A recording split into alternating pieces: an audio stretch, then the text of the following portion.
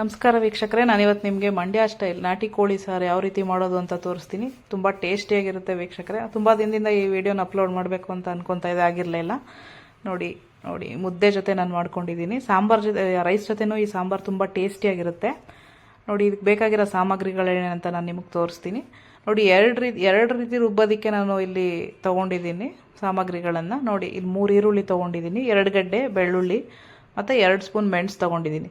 ನೋಡಿ ಇದು ಈ ಮಸಾಲ ಎಂತಕ್ಕೆ ಅಂತಂದರೆ, ನಾವು ಮಾಂಸನ ಫ್ರೈ ಮಾಡ್ಕೊಬೇಕಲ್ವಾ, ಅದಕ್ಕೋಸ್ಕರ ಈ ಪೇಸ್ಟಿಗೆ ಬೇಕಾಗಿರುವಂಥ ಸಾಮಗ್ರಿಗಳು. ಮಾಂಸ ಫ್ರೈ ಮಾಡ್ಕೊಳ್ಳೋದಕ್ಕೆ ಮತ್ತು ಸಾಂಬಾರಿಗೆ ಸಪ್ರೇಟ್ ರುಬ್ಬೋದಕ್ಕೆ ನಾನು ತೊಗೊಂಡಿದ್ದೀನಿ. ನೋಡಿ, ಒಂದು ಬೆಳ್ಳುಳ್ಳಿ ತೊಗೊಂಡಿದ್ದೀನಿ, ಒಂದು 3 ಇಂಚ್ ಚಕ್ಕೆ ಮತ್ತು ಕಡಲೆಪಪ್ಪು ಅಂದರೆ ಹುರ್ಗಡ್ಲೆ ಸ್ವಲ್ಪ, ಶುಂಠಿ ಮತ್ತು ಸಾಂಬಾರು ಪುಡಿ, ಮಾಂಸ ಸಾರು ಪುಡಿ ಒಂದು 3 ಸ್ಪೂನ್ ತೊಗೊಂಡಿದ್ದೀನಿ, ಮತ್ತು ಕೊತ್ತಂಬರಿ ಸೊಪ್ಪು ಸ್ವಲ್ಪ, ಪುದೀನ ಸೊಪ್ಪು, ಟೊಮೆಟೊ 1, ಲವಂಗ ಮತ್ತು ತೆಂಗಿನ ತುರಿ ತೊಗೊಂಡಿದ್ದೀನಿ. ಟೊಮೆಟೊ 1 ತೊಗೊಂಡ್ರೆ ಸಾಕು, 2-3 ಹಾಕ್ಕೊಂಡ್ರೆ ಸ್ವಲ್ಪ ಸಾಂಬಾರೆಲ್ಲ ಹುಳಿ ಬಂದುಬಿಡುತ್ತೆ, ಚೆನ್ನಾಗಿರಲ್ಲ. ಸೊ 1 ಟೊಮೆಟೊ ಚೆನ್ನಾಗಿ ಹಣ್ಣಾಗಿರೋದು ಮೀಡಿಯಮ್ ಸೈಜ್ ಇದ್ದರೆ ಸಾಕು. ಆಮೇಲೆ ನಾನು 1.5 kg ನಾಟಿ ಕೋಳಿ ತೊಗೊಂಡಿದ್ದೀನಿ. ಆದರೆ ಇದು ಸ್ವಲ್ಪ ಕಡಕ್ನಾಥ್ ಮಿಕ್ಸ್ ಇದೆ, ಅದಕ್ಕೆ ಸ್ವಲ್ಪ ಬ್ಲ್ಯಾಕ್ ಇದೆ. ನೋಡಿ, ಕಡಕ್ನಾಥ್ ಕೋಳಿ ಒಂದಿನ ಮಾಡಿ ಯಾವ ರೀತಿ ಇದೆ ಅಂತ ತೋರಿಸ್ತೀನಿ ನಾನು ನಿಮಗೆ. ನೋಡಿ, ಫಸ್ಟು ಈ ಮಸಾಲಾನ ಯಾವ ರೀತಿ, ಈ ಪೇಸ್ಟನ್ನ ನೋಡಿ ಈ ರೀತಿ ಯಾವ ರೀತಿ ರುಬ್ಕೊಳ್ಳೋದು ಅಂತ ನಾನು ನಿಮ್ಗೆ ತೋರಿಸ್ತೀನಿ. ಬೆಳ್ಳುಳ್ಳಿ ಮತ್ತು ಮೆಣಸು ಹಾಕ್ಕೊತಾ ಇದ್ದೀನಿ, ಮತ್ತು ಈರುಳ್ಳಿನ ಹಾಕ್ಕೊತಾ ಇದ್ದೀನಿ. ನೋಡಿ, ಮಾಂಸನ ಫಸ್ಟು ಈ ಪೇಸ್ಟರ್ ಜೊತೆ ಹಾಕ್ಕೊಂಡು ನಾವು ಫ್ರೈ ಮಾಡ್ಕೊಬೇಕು. ತುಂಬ ಟೇಸ್ಟಿಯಾಗಿರುತ್ತೆ. ಈ ಮಸಾಲೆಲ್ಲ ತುಂಬ ಚೆನ್ನಾಗಿ ಮಾಂಸಕ್ಕೆ ಹಿಡಿಯುತ್ತೆ, ತುಂಬ ಚೆನ್ನಾಗಿರುತ್ತೆ. ನೋಡಿ, ಈ ಪೇಸ್ಟನ್ನ ನಾವು ಚೆನ್ನಾಗಿ ಸ್ವಲ್ಪ ನೈಸ್ಗೆ ರುಬ್ಕೊಬೇಕು. ನೋಡಿ ಯಾವ ರೀತಿ ರುಬ್ಕೊಂಡಿದ್ದೀನಿ ಅಂತ ನಾನು ತೋರಿಸ್ತೀನಿ. ನೋಡಿ, ಈ ರೀತಿ ಪೇಸ್ಟ್ ಆಗಬೇಕದು. ನೋಡಿ, ಆಮೇಲೆ ಸಾಂಬಾರಿಗೆ ಮಸಾಲ ರುಬ್ಕೊಂಡ್ಬಿಡೋಣ. ನೋಡಿ, ತೆಂಗಿನ ತುರಿ ತೊಗೊತಾ ಇದ್ದೀನಿ. ನೋಡಿ, ಒಂದು 4-5 ಸ್ಪೂನ್ ತೊಗೊತಾ ಇದ್ದೀನಿ ನಾನು 1.5 kg ಚಿಕನ್ಗೆ. ಅಂದರೆ ಸಾಂಬಾರು ಸ್ವಲ್ಪ ಜಾಸ್ತಿ ಬೇಕು ಅಂದರೆ ನೀವು ತೆಂಗಿನ ತುರಿನ ಸ್ವಲ್ಪ ಜಾಸ್ತಿ ಹಾಕೊಬೋದು. ನೋಡಿ, ಒಂದು 5 ಸ್ಪೂನ್ ಹಾಕ್ಕೊಂಡಿದ್ದೆ. ಸೊ ಅದಕ್ಕೆ ನಾನು ಬೆಳ್ಳುಳ್ಳಿ ಹಾಕ್ಕೊತಾ ಇದ್ದೀನಿ, ಮತ್ತು ಚಕ್ಕೆ, ಲವಂಗ, ಹುರ್ಗಡ್ಲೆ ಮತ್ತು ಶುಂಠಿನೂ ಅಷ್ಟೇ ತುಂಬ ಜಾಸ್ತಿ ಏನು ತೊಗೊಂಡಿಲ್ಲ ನಾನು, 1 ಇಂಚ್ ತೊಗೊಂಡಿದ್ದೀನಿ. ಮತ್ತು ಈ ಟೊಮ್ಯಾಟೊ ಹಾಕ್ಕೊತಾ ಇದ್ದೀನಿ, ಮತ್ತು ಕೊತ್ತಂಬರಿ ಸೊಪ್ಪು, ಪುದೀನ ಸೊಪ್ಪು ಹಾಕ್ಕೊತಾ ಇದ್ದೀನಿ.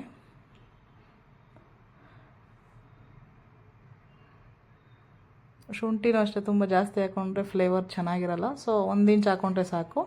ನೋಡಿ, ಅಷ್ಟನ್ನು ಚೆನ್ನಾಗಿ ರುಬ್ಬಿದ್ದೀನಿ. ನೋಡಿ, ಈ ರೀತಿ ನೈಸಾಗಿ ರುಬ್ಬಬೇಕು. ಇದನ್ನು ತರಿಯಾಗಿ ರುಬ್ಬಿದ್ರೆ ಸಾಂಬಾರು ಚೆನ್ನಾಗಿರಲ್ಲ ಟೇಸ್ಟು. ನೋಡಿ, ಈ ರೀತಿ ರುಬ್ಕೊಬೇಕು. ನೋಡಿ, ಯಾವ ರೀತಿ ಮಾಡೋದು, ಈಗ 2 ಮಸಾಲೆ ರೆಡಿ ಮಾಡ್ಕೊಂಡಿದ್ದೀನಿ. ಯಾವ ರೀತಿ ಮಾಡೋದು ಅಂತ ನಾನು ನಿಮ್ಗೆ ತೋರಿಸ್ತೀನಿ. ನೋಡಿ, ಒಂದು ಕುಕ್ಕರಲ್ಲಿ ಮಾಡ್ಕೊಳ್ಳೋಣ. ನೋಡಿ, ಕುಕ್ಕರ್ ಚೆನ್ನಾಗಿ ಬಿಸಿ ಆದಮೇಲೆ ಒಂದು 2 ಸ್ಪೂನ್ ಎಣ್ಣೆ ಹಾಕ್ಕೊತಾ ಇದ್ದೀನಿ. 2 ಸ್ಪೂನ್ಗೂ ಸ್ವಲ್ಪ ಕಡಿಮೆನೇ ಹಾಕ್ಕೊಂಡಿದ್ದೀನಿ, ಏಕೆಂದರೆ ಈಗ ಚಿಕನಲ್ಲಿ ಸ್ವಲ್ಪ ನೀರು ಬಿಡುತ್ತೆ, ಮತ್ತು ಅದರಲ್ಲೇ ಸ್ವಲ್ಪ ತುಪ್ಪ ಇರೋದ್ರಿಂದ ಚೆನ್ನಾಗಿ ಅದು ಜಾಸ್ತಿ ಬಿಟ್ಟರೆ ಚೆನ್ನಾಗಿರಲ್ಲ, ಎಣ್ಣೆ ಥರ ಇರುತ್ತೆ. ನೋಡಿ, ಎಣ್ಣೆ ಚೆನ್ನಾಗಿ ಬಿಸಿ ಆದಮೇಲೆ ನಾನು ಮಾಂಸನ ಫ್ರೈ ಮಾಡಬೇಕು ಅಂತ ಒಂದು ಪೇಸ್ಟನ್ನ ರುಬ್ಬಿಟ್ಕೊಂಡಿದ್ನಲ್ವ, ಅದನ್ನು ಹಾಕ್ಕೊಂಡಿದ್ದೀನಿ. ಆಮೇಲೆ ನೋಡಿ, ಅರಿಶಿನ ಹೇಳೋದು ಮರೆತುಬಿಟ್ಟಿದೆ, ಅರಿಶಿನೂ ಹಾಕ್ಕೊತಾ ಇದ್ದೀನಿ. ಯಾಕೆಂದರೆ ಅರಿಶಿನ ಹಾಕ್ಕೊಂಡ್ರೆ ಚೆನ್ನಾಗಿ ಮಾಂಸದಲ್ಲಿ ಹಸಿ ವಾಸನೆ ಇರೋದೆಲ್ಲ ಚೆನ್ನಾಗಿ ಹೋಗುತ್ತೆ. ನೋಡಿ, ಇಷ್ಟು ಮಿಕ್ಸನ್ನು ಚೆನ್ನಾಗಿ ಫ್ರೈ ಮಾಡ್ಕೊಬೇಕು. ನೋಡಿ, ಸ್ವಲ್ಪ ಮೀಡಿಯಮ್ ಫ್ಲೇಮಲ್ಲಿ ಇಟ್ಕೊಂಡು ಫ್ರೈ ಮಾಡ್ಕೊಳ್ಳಿ, ಯಾಕೆಂದರೆ ಎಣ್ಣೆ ಫಸ್ಟೇ ಬಿಸಿಯಾಗಿ ಚೆನ್ನಾಗಿ ಕಾಯ್ದಿರೋದ್ರಿಂದ. ನೋಡಿ, ಈ ರೀತಿ ಚೆನ್ನಾಗಿ ಮಿಕ್ಸ್ ಮಾಡಬೇಕು ಅದನ್ನು. ನೋಡಿ, ಈ ರೀತಿ ಎಣ್ಣೆ ಬಿಡಬೇಕು, ಆವಾಗ ಹಸಿ ವಾಸನೆ ಹೋಗಿದೆ ಅಂತ ಗೊತ್ತಾಗುತ್ತೆ. ಆಮೇಲೆ ವಾಸನೆ ನೀವು ಸ್ಮೆಲ್ ಮಾಡಿದ್ರೇ ಗೊತ್ತಾಗುತ್ತೆ. ನೋಡಿ, ಈ ರೀತಿ ಚೆನ್ನಾಗಿ ಹಸಿ ವಾಸನೆ ಹೋಗೋ ತನಕ ಫ್ರೈ ಮಾಡ್ಕೊಬೇಕು ಇದನ್ನು.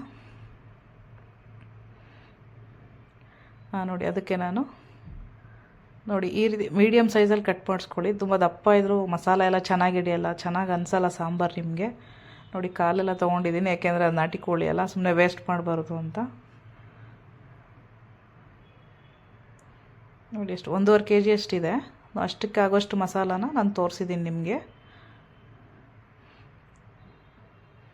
ನೋಡಿ, ಅದನ್ನು ಚೆನ್ನಾಗಿ ಆ ಪೇಸ್ಟ್ ಜೊತೆಗೆ ಚೆನ್ನಾಗಿ ಇದನ್ನು ಫ್ರೈ ಮಾಡ್ಕೊಬೇಕು.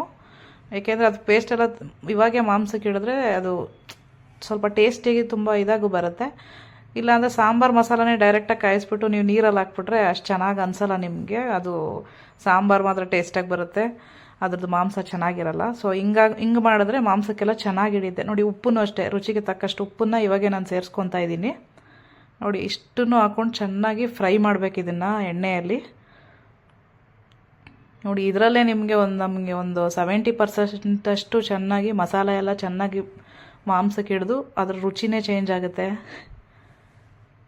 ನೋಡಿ ಈ ರೀತಿ ಮೀಡಿಯಮ್ ಫ್ಲೇಮಲ್ಲಿ ಇಟ್ಕೊಂಡೆ ಚೆನ್ನಾಗಿ ಫ್ರೈ ಮಾಡ್ಕೊತಾ ಇರಿ. ನೋಡಿ ಇವಾಗ ಉಪ್ಪನ್ನು ಸ್ವಲ್ಪ ಸೇರಿಸಿರೋದ್ರಿಂದ ಸ್ವಲ್ಪ ನೀರು ಬಿಡುತ್ತೆ ಅದು. ನೋಡಿ ಈ ರೀತಿ ಸ್ವಲ್ಪ ಕ್ಲೋಸ್ ಮಾಡಿ ಸ್ವಲ್ಪ ಹೊತ್ತು ಮೀಡಿಯಮ್ ಫ್ಲೇಮಲ್ಲಿ ಇಟ್ಟರೆ ನೋಡಿ ಈ ರೀತಿ ನೀರು ಬಿಟ್ಟಿದೆ ನೋಡಿ ಸ್ವಲ್ಪ. ನೋಡಿ ಚಿಕನಲ್ಲಿರೋ ನೀರೆಲ್ಲ ಇವಾಗ ಬಿಟ್ಟಿದೆ. ಅದು ಸ್ವಲ್ಪ ಡ್ರೈ ಆಗೋ ತನಕ ನಾವು ಚೆನ್ನಾಗಿ ಆ ನೀರಲ್ಲೇ ಚೆನ್ನಾಗಿ ಬೇಯಿಸಬೇಕು. ನೋಡಿ ಇಲ್ಲಾಂದ್ರೆ ನೀರು ಬಿಡೋಕ್ಕೆ ಮುಂಚೆ ನೀವು ಸಾಂಬಾರು ಮಸಾಲ ಎಲ್ಲ ಏನಾದರೂ ಹಾಕ್ಕೊಂಡ್ರೆ ಅದು ಸ್ವಲ್ಪ ಕೌಸ್ ಥರ ಸ್ಮೆಲ್ ಬರುತ್ತೆ, ಚೆನ್ನಾಗಿರಲ್ಲ. ಸೊ ಹಂಗಾಗಿ ಅದೇ ನೀರು ಫುಲ್ಲು ಡ್ರೈ ಆಗಬೇಕು. ಅದರಲ್ಲೇ ಒಂದು ಅರ್ಧ ಮುಕ್ಕಾಲು ಭಾಗ ಬೆಂದು ಬಿಡುತ್ತೆ ನಿಮಗೆ. ನೋಡಿ ನೀರೆಲ್ಲ ಚೆನ್ನಾಗಿ ಡ್ರೈ ಆಗ್ತಾಯಿದೆ. ನೋಡಿ ಚೆನ್ನಾಗಿ ಬೇಯಿಸ್ಕೊಡಿ. ನೋಡಿ ಆ ನೀರೆಲ್ಲ ಚೆನ್ನಾಗಿ ಡ್ರೈ ಆದಮೇಲೆ ಒಂದು 3 ಸ್ಪೂನ್ ಸಾಂಬಾರು ಪುಡಿ ಇಟ್ಕೊಂಡಿದ್ದೆ ಅಲ್ವಾ, ಒಂದು 3 ಸ್ಪೂನ್ ಆ್ಯಡ್ ಮಾಡ್ಕೊಂಡಿದ್ದೀನಿ. ನೋಡಿ ಅದೇ ಸೀಕ್ರೆಟ್ ನಿಮಗೆ. ಆ ಮಸಾಲ ಹಾಕ್ಕೊಂಡು ಚೆನ್ನಾಗಿ ಮಾಂಸನ ಚೆನ್ನಾಗಿ ಫ್ರೈ ಮಾಡ್ಕೊಬೇಕು ನೀವು ಫಸ್ಟು. ಆಮೇಲೆ ನೋಡಿ ಸಾಂಬಾರು ಪುಡಿ ಮತ್ತು ಇವಾಗ ನಾನು ಸಾಂಬಾರಿಗೆ ಅಂತ ರುಬ್ಕೊಂಡು ಇಟ್ಕೊಂಡಿದ್ನಲ್ವ ಮಸಾಲ, ಅದನ್ನು ಎರಡನ್ನೂ ಇವಾಗ ಆ್ಯಡ್ ಮಾಡ್ತಾಯಿದ್ದೀನಿ. ನೋಡಿ ಈ ರೀತಿ ಚೆನ್ನಾಗಿ ಫ್ರೈ ಮಾಡಬೇಕು ನೀವು.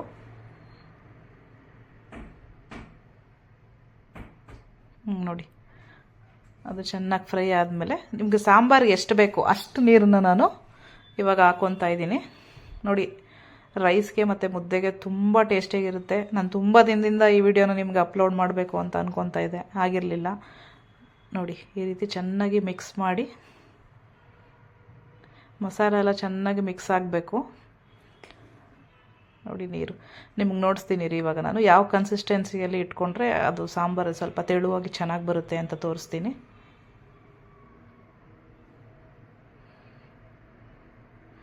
ನೋಡಿ ನೋಡಿ ಇಷ್ಟು ಈ ಕನ್ಸಿಸ್ಟೆನ್ಸಿಯಲ್ಲಿದ್ದರೆ ಸಾಕು ವೀಕ್ಷಕರೇ. ಇದು ಟ್ರೈ ಮಾಡಿ ನನಗೆ ಈ ರೀತಿ ಮಾಡಿ ಟ್ರೈ ಮಾಡಿ ಹೇಗಿದೆ ಅಂತ ನನಗೆ ಕಮೆಂಟ್ ಮಾಡಿ ತಿಳಿಸಿ. ನೋಡಿ ಈ ರೀತಿ ಚೆನ್ನಾಗಿ ಮಿಕ್ಸ್ ಮಾಡಿಬಿಟ್ಟು ನೋಡಿ ಆಮೇಲೆ ಇದು ಸಾಫ್ಟ್ ಪಾರ್ಟ್ಸ್ ಇರುತ್ತಲ್ವ ಲಿವರ್ ಅದೆಲ್ಲ ಅದನ್ನು ಇವಾಗ ಆ್ಯಡ್ ಮಾಡ್ಕೊತಾ ಇದ್ದೀನಿ. ಯಾಕೆಂದರೆ ಫಸ್ಟೇ ಆ್ಯಡ್ ಮಾಡಿದ್ರೆ ಇಷ್ಟೊತ್ತಿಗೆ ಅದೆಲ್ಲ ಫುಲ್ಲು ಮಿಕ್ಸ್ ಆಗಿಬಿಟ್ಟಿರೋದು. ಯಾಕೆಂದರೆ ತೆಳು ಇರೋದು ಬೇಗ ಬಾಯ್ಲ್ ಆಗೋದ್ರಿಂದ ನಾನು ಅದನ್ನು ಲೇಟಾಗಿ ಹಾಕ್ಕೊತಾ ಇದ್ದೀನಿ. ನೋಡಿ ಈ ಥರ ಸಾಂಬಾರು ಒಂದು ಕುದಿ ಬರಬೇಕು ಚೆನ್ನಾಗಿ. ಉಪ್ಪು ಎಲ್ಲ ಇವಾಗೇ ನೋಡ್ಕೊಂಬಿಡಿ. ಉಪ್ಪೇನಾದರೂ ಬೇಕಾದರೆ ಸ್ವಲ್ಪ ಹೆಚ್ಚು ಕಡಿಮೆ ಇದ್ದರೆ ಇವಾಗೇ ನಾವು ಸೇರಿಸ್ಕೊಬೇಕು. ಮತ್ತು ಸಾಂಬಾರೆಲ್ಲ ಹಾಕಿದ್ಮೇಲೆ ಹಾಕಿದ್ರೆ ಚೆನ್ನಾಗಿರಲ್ಲ.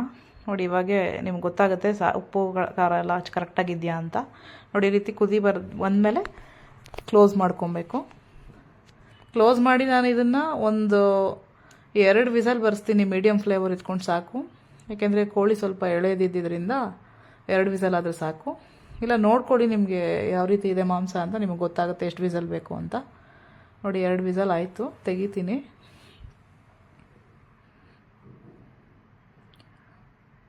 ನೋಡಿ ನೋಡಿ ಎಷ್ಟು ಚೆನ್ನಾಗಿ ಬೆಂದಿದೆ ಅಂತ.